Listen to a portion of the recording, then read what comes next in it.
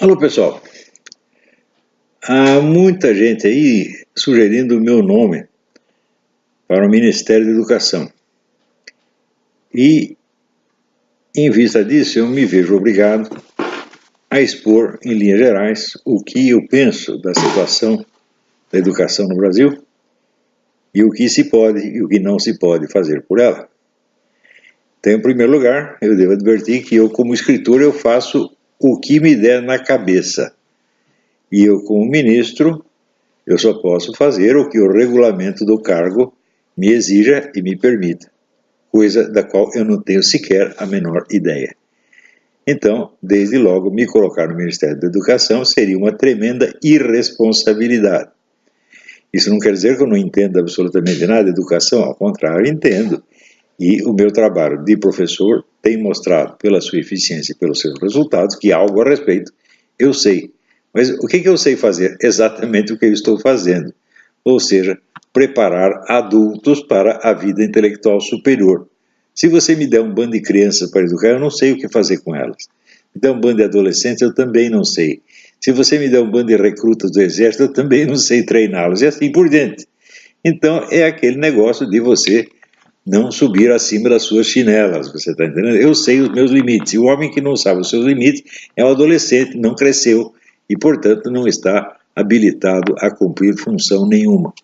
Eu cumpro a minha função e, cá entre nós, eu cumpro muito bem. Os meus alunos estão aí, são milhares os que reconhecem que foram as minhas aulas que despertaram a sua inteligência, que os colocaram na pista da vida intelectual superior e assim por diante. São milhares de depoimentos, não sou eu que estou dizendo isso.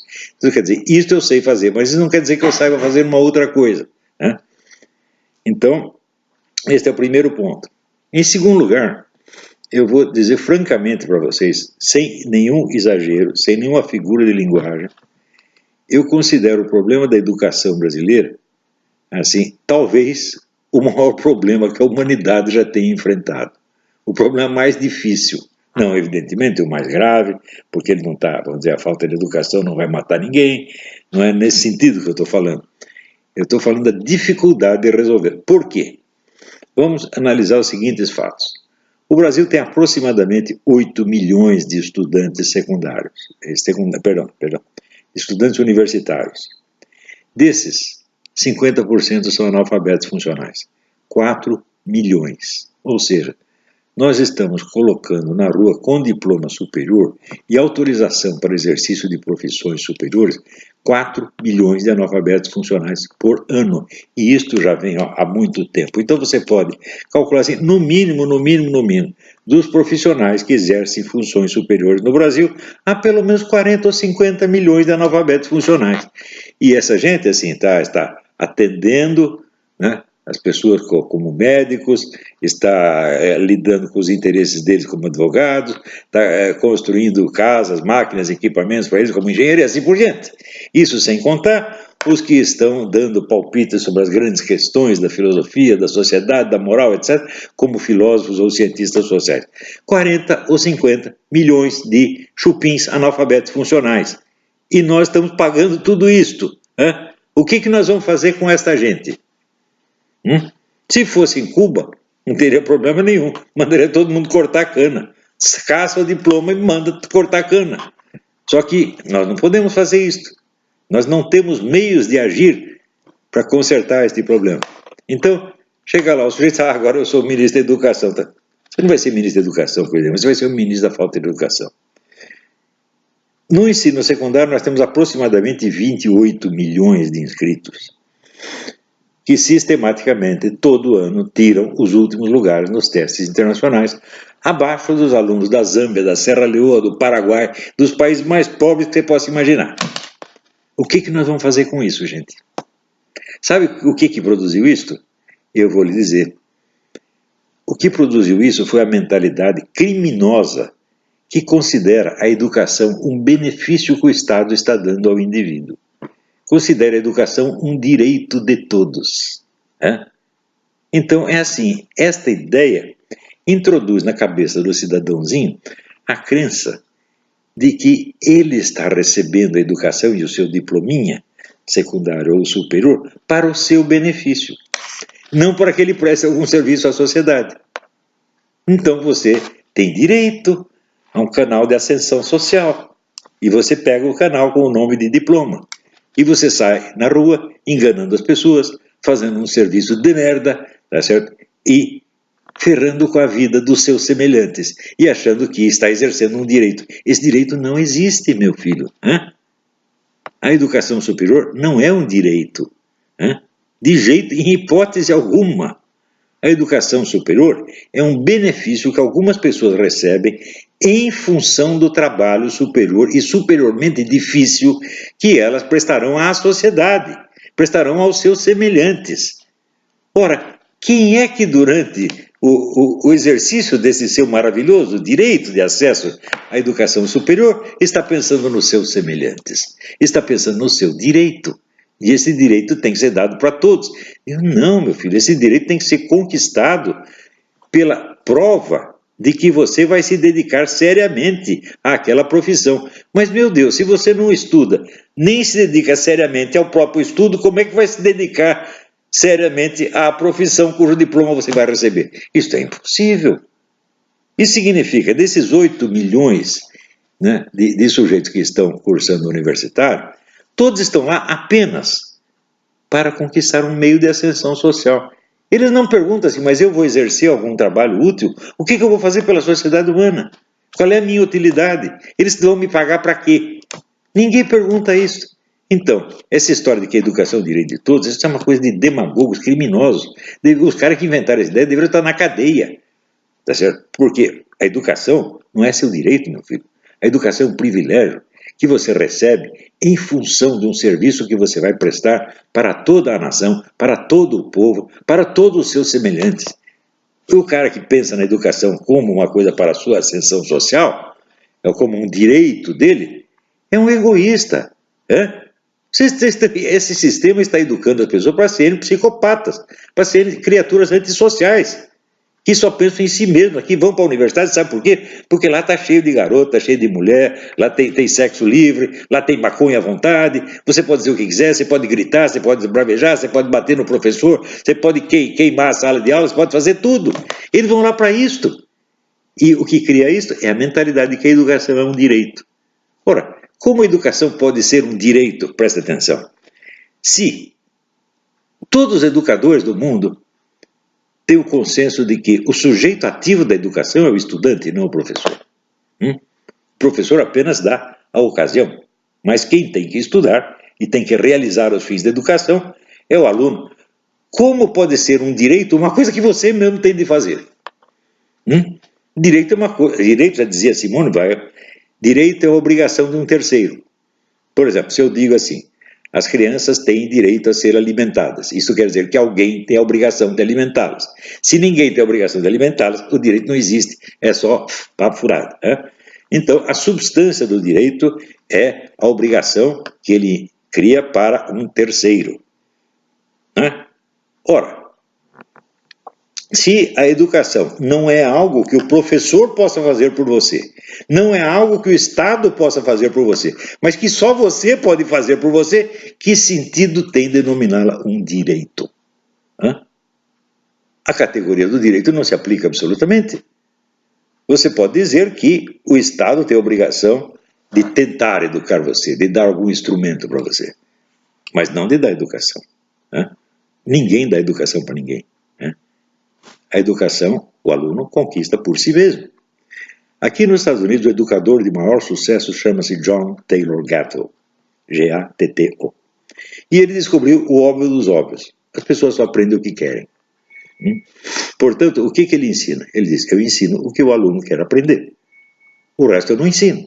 Então, se o aluno só pensa em basquetebol, muito bem, eu só vou ensinar basquetebol para ele. Só que o basquetebol passa a ser, vamos dizer, a raiz de onde surgem todos os ensinamentos necessários para a compreensão e a prática do basquetebol. Inclusive noções de fisiologia, de medicina, de física, etc, etc. Tudo com base no beisebol.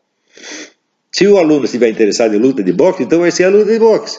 Não importa o quão pequena seja a área de interesse dele. Qualquer área de interesse é o centro tá certo? De onde a educação irradia para todas as outras áreas. Então você pode pegar qualquer ponto de partida, serve. Agora, se você já vem com um programa pronto, olha meu filho, aqui você vai ter que aprender português, matemática, história geral, ciências, mais isso, mais aquilo, mais aquilo, mais aquilo, mais aquilo, você não vai aprender nada. Né? Eu afirmo para você, eu desisti do ensino formal muito cedo na minha vida, porque eu percebi exatamente isso. Eu falo, olha, eu venho aqui na escola para aprender só duas coisas, latim e biologia. Eram os únicos cujos professores, as únicas matérias cujos professores despertavam o meu interesse. Essas duas coisas eu aprendi. O resto, eu não sei o que os professores estavam falando. Nós tínhamos um professor de história, que era um homem eruditíssimo, só que ele já estava cego. Então, ele não dava aula, ele fazia discursos. Né? Até hoje eu não sei sobre o que ele estava falando. Ele não sabia, inclusive, onde estava a classe, às vezes ele começava o discurso, daqui a pouco ele estava voltado para a parede.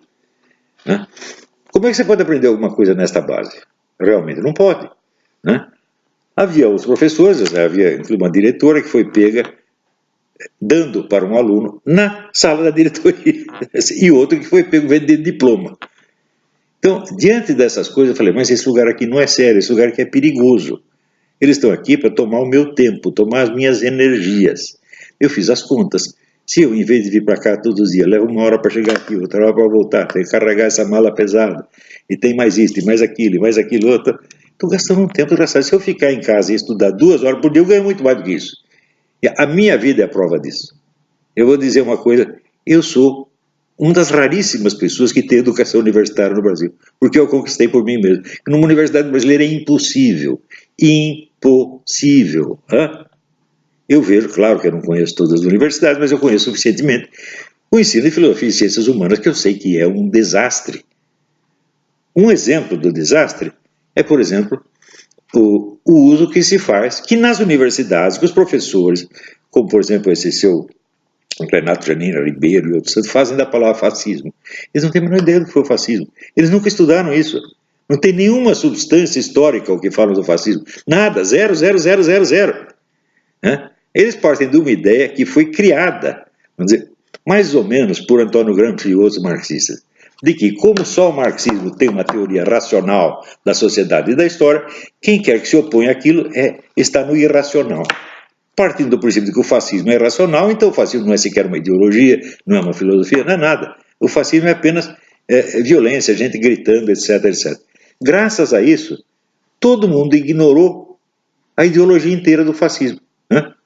Ninguém estudou, só começaram a partir dos anos 50, graças a um sujeito chamado James Gregor aqui nos Estados Unidos e a um historiador italiano chamado Emilio Gentili. Eles falaram, vamos parar de chutar coisas, vamos estudar, vamos ver o que os caras realmente pensavam.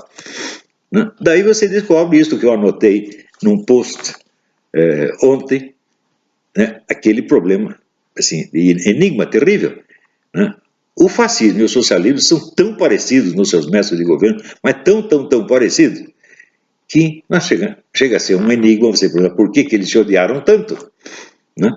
E daí só tem uma explicação. Ambos eram regimes ditatoriais, violentos, cruéis, assassinos, tá certo?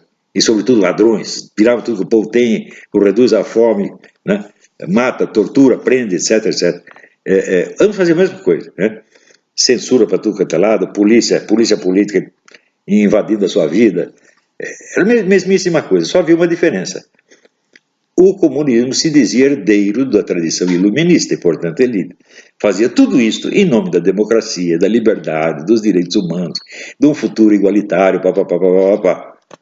E o fascista assumia que ele não gostava de liberdade, não gostava de direitos humanos, não gostava de democracia, e que o negócio era ditadura mesmo, e que o negócio era bater em todo mundo.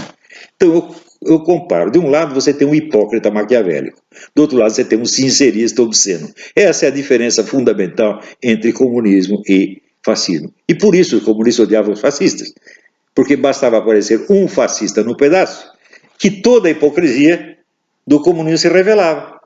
Falou, olha, esse cara aí está confessando, não só os crimes dele, mas está confessando os seus também, que você esconde.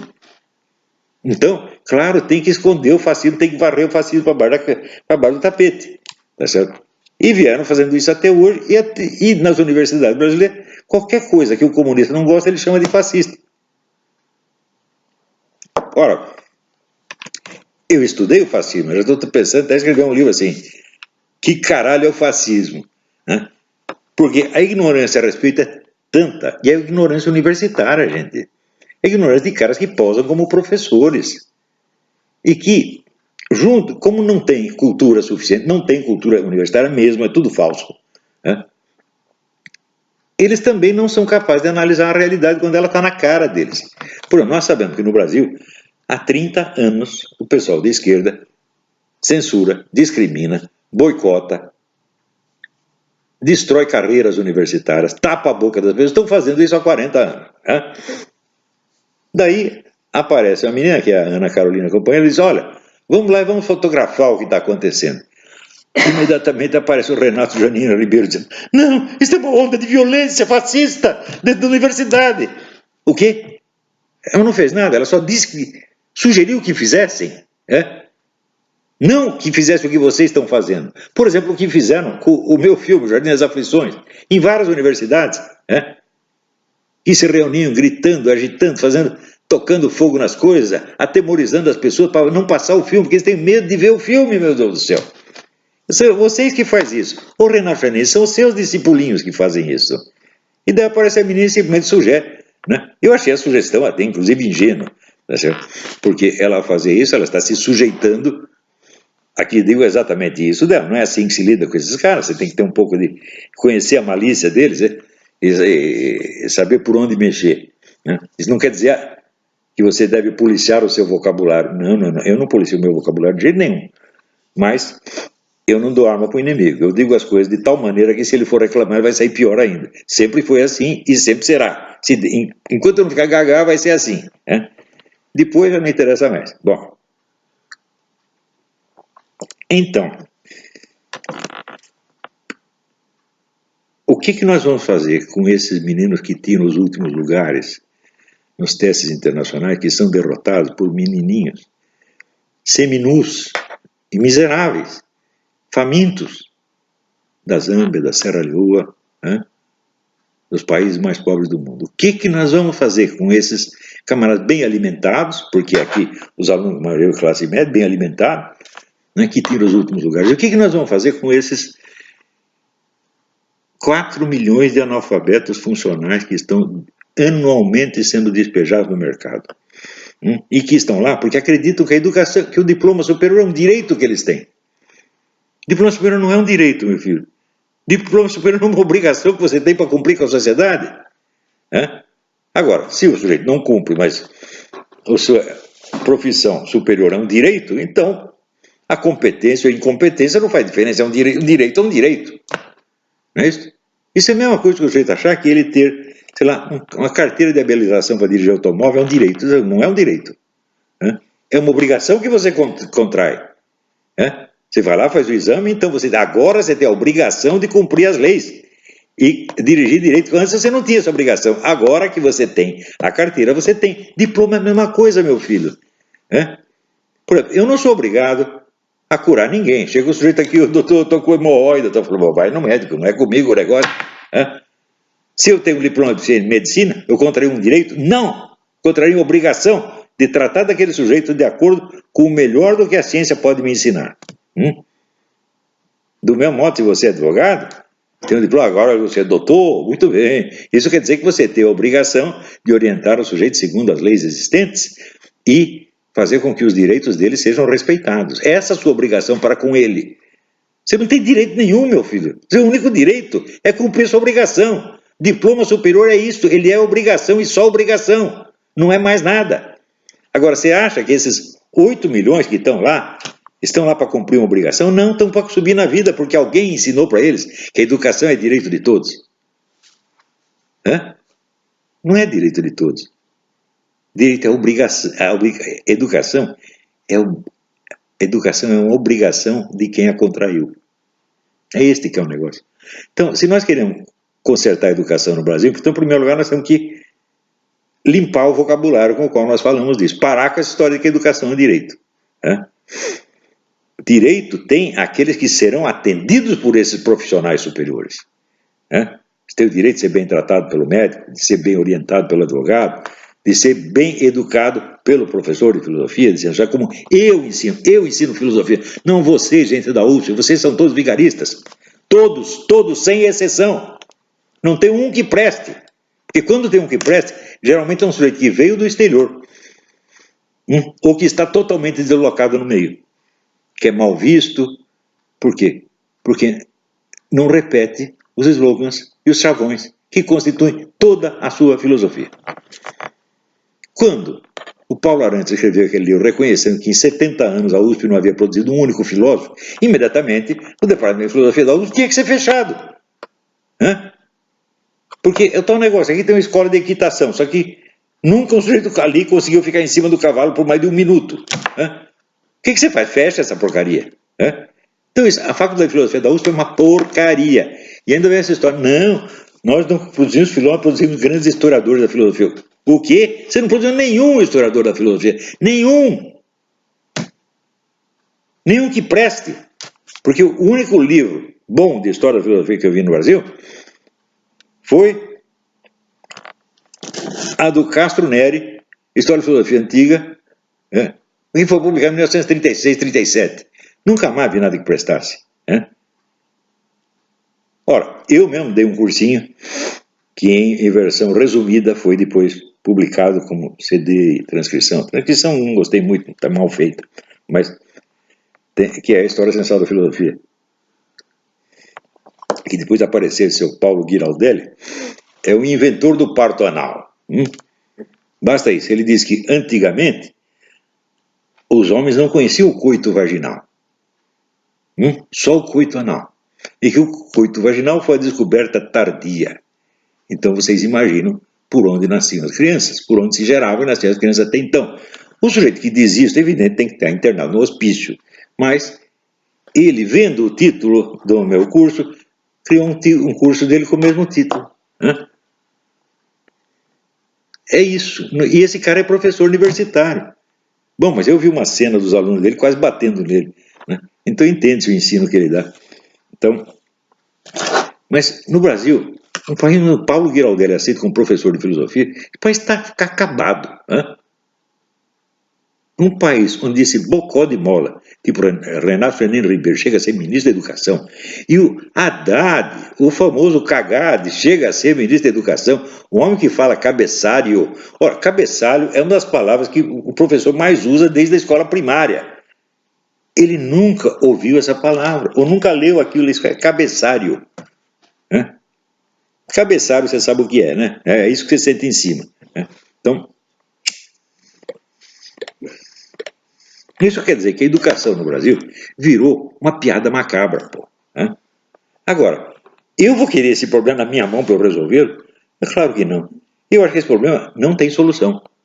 Sobretudo, no prazo de um mandato presidencial, não tem solução. Não esperem que o Bolsonaro resolva isso. Ele não é o super-homem, ele não é Deus. Este problema, só a sociedade brasileira como um todo, se tomar consciência do problema, talvez consiga fazer alguma coisa para resolver. Mas como é que vai tomar consciência do problema se todo mundo está embalado na ilusão de que a educação é um direito? Outra ideia, pior ainda, é que a educação é um meio de subir na vida. A educação não eleva ninguém. Isso aí uma vez, a Odebrecht, que a Fundação Odebrecht me pediu um parecer sobre isso. Eles estavam lançando uma campanha para o povo exigir melhor educação. Ele falou, vai dar certo? Eu falei, não vai. Porque é o seguinte, a educação no Brasil não é um meio de subir na vida. Ela não dá isto a quem a tem, mas nega a quem não a tem. A educação não foi feita para ajudar você a subir na vida, mas para impedir você de subir na vida se você não tiver o diploma tal ou qual. Porque, olha, subir na vida sem o diploma, só com o poder do conhecimento puro e simples, olha, meu filho precisa ser um bocado inteligente para fazer isso. Eu fiz isso, inteligente, corajoso e forte, coisa que a maior parte das pessoas simplesmente não são. Então, eles precisam do diploma porque só conseguem subir na vida com a ajuda do professor, da instituição, etc, etc. Então, mas isso é uma falsa promessa. Você já viu na Vila Paulista, tem uma loja chamada assim, o Engenheiro que virou suco. O nego tinha lá um diploma de engenheiro, não conseguiu ganhar um tostão, abriu uma lojinha de suco na Vila Paulista e fez o seu pé de meia com o suco. Nós sabemos que em muitos países a situação é assim. Na Rússia é assim. Na Rússia você encontra engenheiro, médico varrendo rua. Todo o regime comunista dava diploma de curso superior para todo mundo. Só que não havia emprego para todo mundo. Né? Então, esta coisa da educação como direito é uma mentira. Isso tem que acabar. A educação não é um direito que você tem. A educação é uma obrigação que você contrai para com toda a sociedade. Basta colocar esta ideia na cabeça e você já começa a ver as coisas com mais realismo. Agora, o nosso problema não é como nós vamos educar mais brasileiros. Né? O problema é o que nós vamos fazer com os analfabetos funcionais que já estão na rua. Você sabe quantos analfabetos funcionais tem no parlamento? Né? Pelo menos 50%. Né? Uns 300 neguinhos. Né? 300 analfabetos funcionais. Tudo falando grosso. Tudo a seu doutor. Né? No Ministério. Né? Quantos analfabetos funcionais tem no Ministério Lula? Né? No Ministério Dilma? E assim por diante. Isto é um desastre educacional como nunca aconteceu no mundo. Né? Agora, vocês querem me botar no Ministério para resolver isso? Meu Deus, que poderes tem o Ministro da Educação? Em primeiro lugar, se está sob o Ministério, o Brasil já assinou convênios internacionais que têm valor de preceitos constitucionais, que o cara não pode voltar atrás, ele está amarradinho. O que quer que ele faça? Né? Então, uma coisa que eu penso é o seguinte: a educação no Brasil não tem solução no nível federal. Talvez no municipal ou estadual ainda tenha, porque eles têm mais margem de manobra.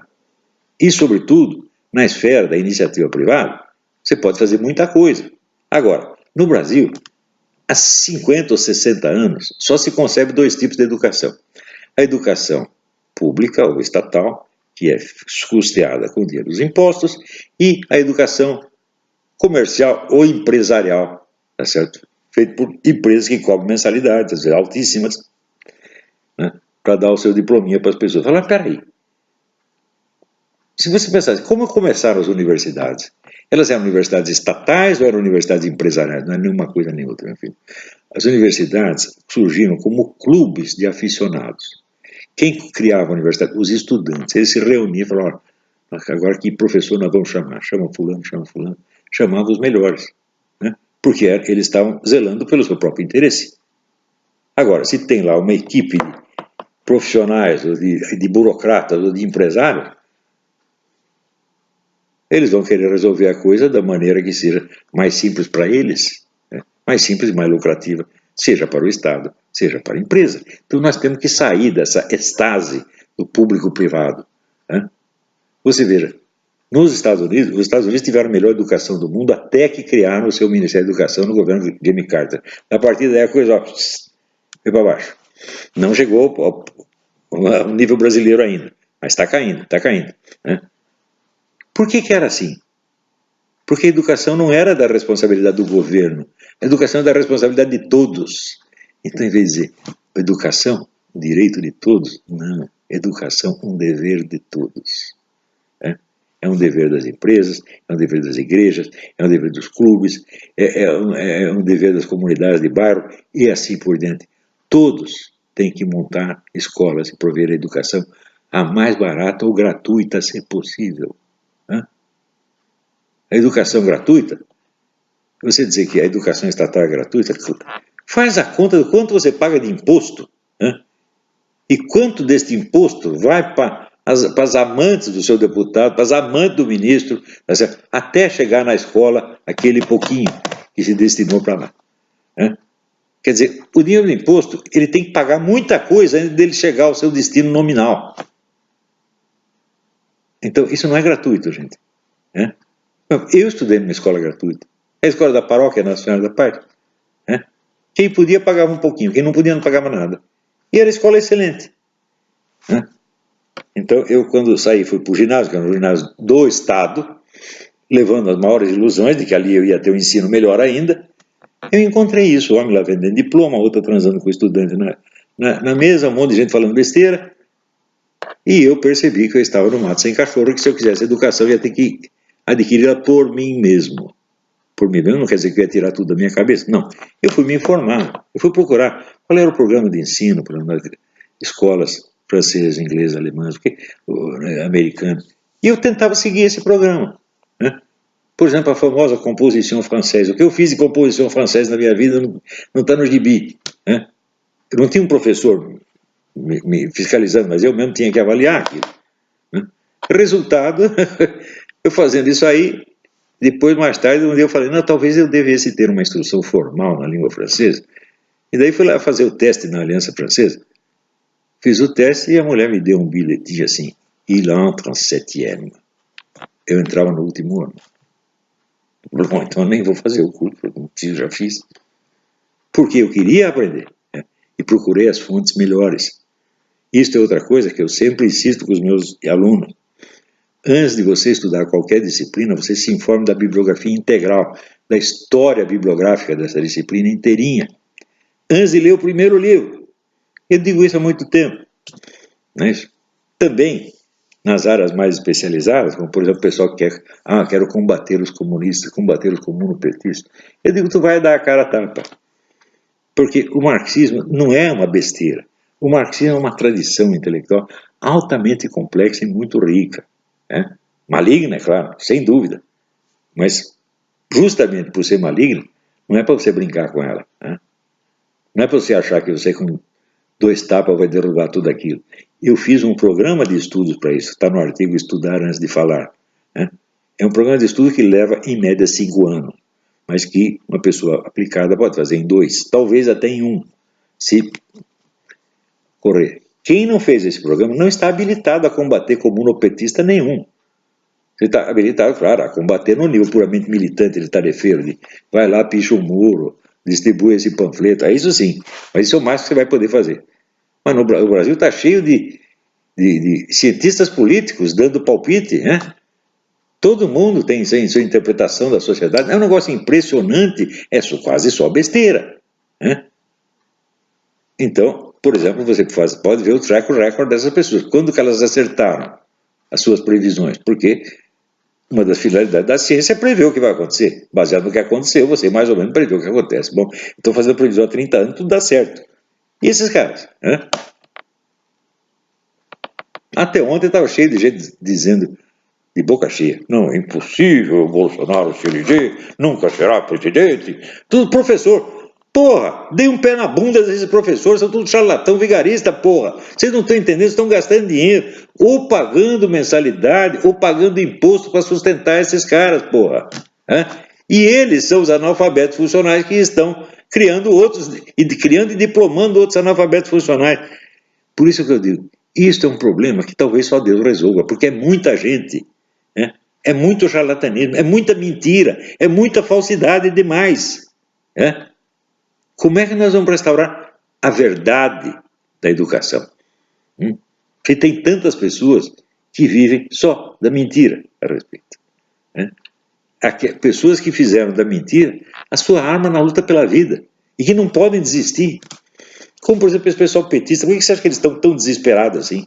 Porque eles sabem que mudando o governo, os crimes deles vão ser investigados e eles vão ir para a cadeia. É muito simples. Quem matou o Celso Daniel? Quem matou as testemunhas do Celso Daniel? Quem matou o legista da investigação do Celso Daniel? Quem matou essa gente na pensão que estava o Adélio? Quem armou a mão do Adélio? Quem deu dinheiro para o Adélio fazer isso? Como é que apareceu um advogado caríssimo? Amigo do Haddad, no dia seguinte está lá defendendo o cara. Tudo isso vai ser investigado. Sem contar os crimes que eles fizeram, falando no BNDES, de tirar mais de R$1 bilhão do Brasil, para dar para esses criminosos que governam Cuba, Angola, Venezuela. Ou seja, tiraram do povo brasileiro, que está passando necessidade, para dar para governos que estão levando à míngua os seus cidadãos. E quando eles protestam, os matam. Quer dizer, o número de crimes dessa gente é imensurável. E tudo isso vai ser investigado. Então, assim, não é que eles não querem sair do poder. Eles não podem. Porque eles sabem que se sair, então, sai dali e vai para a cadeia. Então, no setor da educação, a mesmíssima coisa. Por exemplo, a indústria do livro didático no Brasil. Gente, isso é uma vergonha. É uma vergonha. Daí aparece, a Editora Abril tem um projeto de educação. Quem ferrou com a educação no Brasil foi a Editora Abril. com as revistas Escola, Nova Escola e Sala de Aula, que vendia só essas ideias desses educadores comunistas, manipuladores, tipo esse Celestão Freinet, Emília Ferreiro e outros. Eu sei por quê, eu trabalhei lá um tempinho. A redação só tinha comunista, o único que não era eu. E por isso mesmo era considerado um tipo exótico, excêntrico. Não que me tratassem mal, naquele tempo ainda não estava radicalizado assim, até as menininhas comunistas eram muito simpáticas. Mas só escreviam besteira. Então, agora vem aí a editora Abril. Ora, meu Deus do céu. Esses dívidas são todos pseudo-intelectuais, vocês não perceberam ainda, não? Metido pra caramba. Só que no Brasil o sujeito ganha um dinheiro, herda o dinheiro do pai, ele acha que ele é um gênio, ele acha que ele é Albert Einstein. Tem esse gente tipo os Tivita, o Frias, os Marinhos, são todos assim. E a opinião pública brasileira está na mão desses caras. Então, eles são efeito da educação brasileira. Todos esses. Como é que nós vamos resolver isso, gente? Então, me oferece o Ministério da Educação. Fala, eu prefiro que você xingue a minha mãe. Entendeu? Se é para ofender, já xinga logo a minha mãe. Não me chama de ministro, pelo amor de Deus, tá bom? Até lá, obrigado.